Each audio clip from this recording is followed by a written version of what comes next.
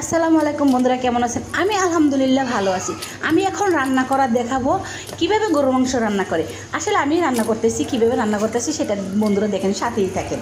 এই যে মাংসটা মাখাইয়া রান্না করলে যে একটা টেস্ট হয়, কিন্তু ওইটা কষাইয়া রান্না করলে হয় না। তাই বলছি বন্ধুরা, সবাই মাখাইয়া রান্না করবেন। মাখাইয়া জোখাইয়া রান্না করলে ওটার টেস্টটা,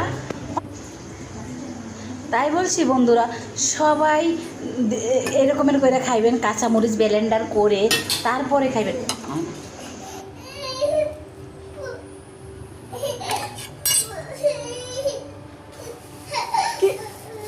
হাসান বাবুর একটু ধরস না, আমি কাজ করতে পারতাছি না রে হাসান।